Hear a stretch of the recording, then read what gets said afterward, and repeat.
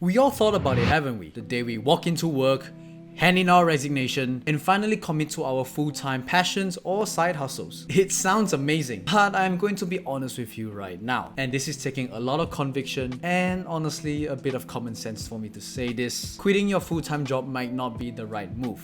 At least, not yet. I know this because I went through the same motions. After 2 years of running my own business, I'm still working my 9 to 5 in architecture, and in this video, I'm going to tell you exactly why. If you're thinking about taking that leap but something's holding you back, stick around, because I promise that this video is going to be worth it. Key point number 1. Financial stability is your foundation. Let me take you back to when I first started my custom embroidery business. You know, I thought it would be simple. Launch, get a few customers, and eventually replace my full-time job. Easy peasy, right? Spoiler alert, no. There were months when the business did really well, enough to make me think, maybe I could quit soon. But then came months where I barely even broke even. The income was inconsistent, and that uncertainty is the main reason why I held on to my job as an architect. Architecture isn't just a safety net for me. It's the foundation that lets me take risk in my own business. My paycheck covers my bills, lets me reinvest into upgrades for the machines or new fabrics for embroidery in general, and even supports this YouTube journey. Honestly, without it, I wouldn't have the financial breathing room for me to keep pursuing what I love. So if you're thinking about quitting your job, ask yourself honestly, can your side hustle consistently pay the bills and sustain you long term? If the answer at this moment is no, there's no shame in keeping your job while you figure things out. Being financially stable doesn't mean that you're holding yourself back. It means that you're setting yourself up for more success in the future, but you just need a bit of a cushion at this point of time. Key point number 2. Balancing two worlds is tough, but it does build resilience. Let me paint you a picture of my typical day. I wake up, go to my architectural job, and spend 8 hours designing, documenting, and meeting deadlines. By the time I get home, I switch gears completely. Suddenly, I'm in embroidery mode, working on orders late into the night. And now I've added YouTube into the mix. Filming, editing, scripting, brainstorming. Honestly, it just feels like I'm juggling 3 full-time jobs all at once. And I'm sharing this with you guys right now. It's pretty exhausting. There are nights when all I want to do is to collapse and do nothing, and mornings where I look up at the ceiling and ask myself, why am I doing this? But when I take a step back and really think about it, I realize that this grind has actually taught me so much. It's made me more disciplined, more resilient. I've learned how to manage my time better, how to prioritize what truly matters, and how to push through tough days without losing sight of my goals. And then there are those beautiful moments when a client tells me that they really love my custom embroidery order, or when someone leaves a really supportive comment on one of my videos. Those moments remind me exactly why I am doing all of this. Why I chose to work some more when I go home rather than just sit in bed and just watch Netflix all night. Speaking of that, I would love to hear more about your creative side hustles or passions down in the comments below. What are you working on right now? I would love to connect, be friends, and get to know more of you through this digital screen. Key point number 3. Protecting your passion from all types of pressures. What does that mean? Let me explain. Here's a hard truth that I learned. When your passion becomes your only source of income, it can lose its spark. There were times, I think last year, where I felt immense pressure to churn out as many embroidery orders as possible just to make ends meet. What started as a creative outlet, something that I genuinely love, began to feel like a chore. And I actually dislike that word because chores are usually stuff that you don't want to do but have to get done just for the sake of it. I was no longer creating because I wanted to. I was creating because I had to. Now put your hand out if you've ever felt like that as well. High five.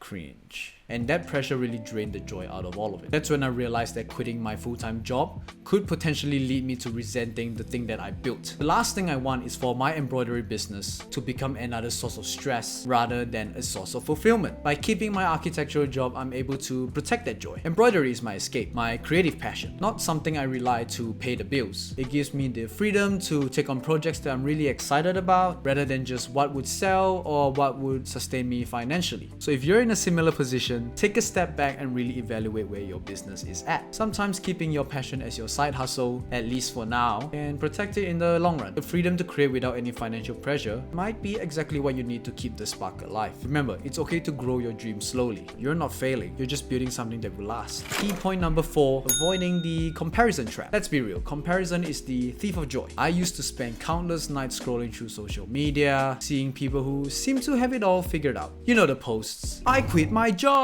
and now I make 6 figures. Or I turned my passion into a full-time career overnight. You should do it too. it's inspiring, but it can also feel like a punch to the gut. It made me question whether I was doing enough, if I'm working hard enough, or even worse, if I'm falling behind. Here's what I learned. Everyone's journey is different. Social media shows the highlights, not the hard days, the struggles, or the sacrifices. That's why I built this channel in the first place. It's to document every single step of me growing this YouTube channel, starting from 0 subscribers to wherever, to whatever it is right now as you're watching. I just want to show you guys the raw side of actually growing a channel organically. It's easy to forget that behind every overnight success, there is often years of quiet, unseen work. When I catch myself comparing, I would take a step back. Let me take a step back. I would take a step back and remind myself of my priorities. Oh, I forgot to change the lighting. Whatever. My architecture job gives me the stability to chase my dreams without risking everything that I worked for. That stability isn't a crutch. It's a foundation. Architecture joke. And for me, that's what matters the most right now. In fact, over the past few months, I've actually almost completely stopped using Instagram. I just use it sometimes to post updates of my embroidery, but I have not been doom scrolling on there for a while now. I realized that it wasn't really helping me. It was actually distracting me more. Every time I scroll, I get caught up in the noise about what everyone else is doing. It just made me feel like I wasn't doing enough. Even when I was working harder than ever. Stepping away has been one of the best decisions that I've ever made. Without the constant comparisons, I've been able to focus more on my path, my goals, and what truly matters to me. And honestly, I feel just so much more productive and clear-headed now. So if you're feeling stuck in the comparison trap, ask yourself this: what's best for your life right now? At this moment. Not someone else's life, not someone else's timeline.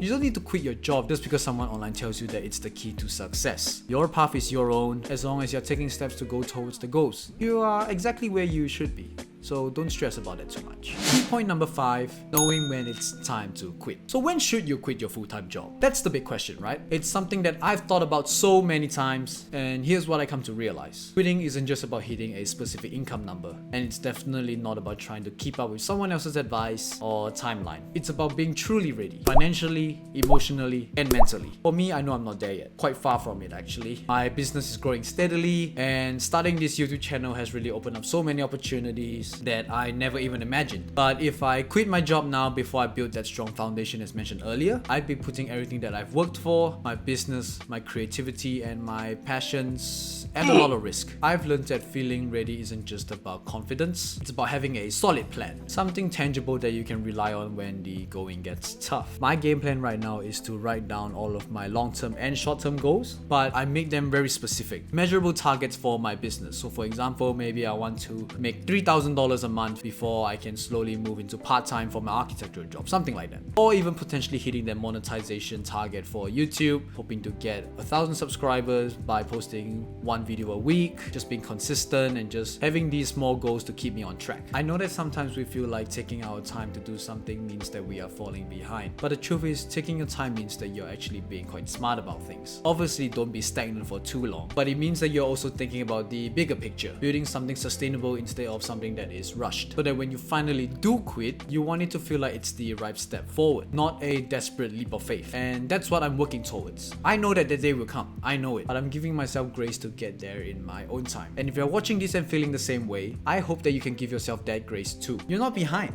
You're building something amazing, and the time that you're investing in it right now will only make you stronger in the long run. Let's summarize everything that we talked about today. The top 5 key points are: financial stability is the foundation that allows you to take risks and grow without constant stress. Number 2, balancing 2 worlds is tough, but it builds resilience and teaches you how to prioritize. Key point number 3, protecting your passion from unnecessary pressures helps you preserve the joy that fuels your creativity. Key point number 4, avoiding the comparison trap allows you to focus on your unique journey, free from distractions. And lastly, key point number 5, knowing when it's the right time to quit is about being truly ready, not rushing to meet someone else's timeline. One day you'll be ready to take that leap. Until then, don't rush yourself. Keep grinding, keep growing, and trust that you're building something amazing. You're exactly where you need to be right now. If this video resonated with you, I would love to hear your thoughts. Don't forget to drop a comment below, like, share, subscribe, and turn notifications on. Let's support each other as we figure this out together. Thanks for watching. See you in the next video.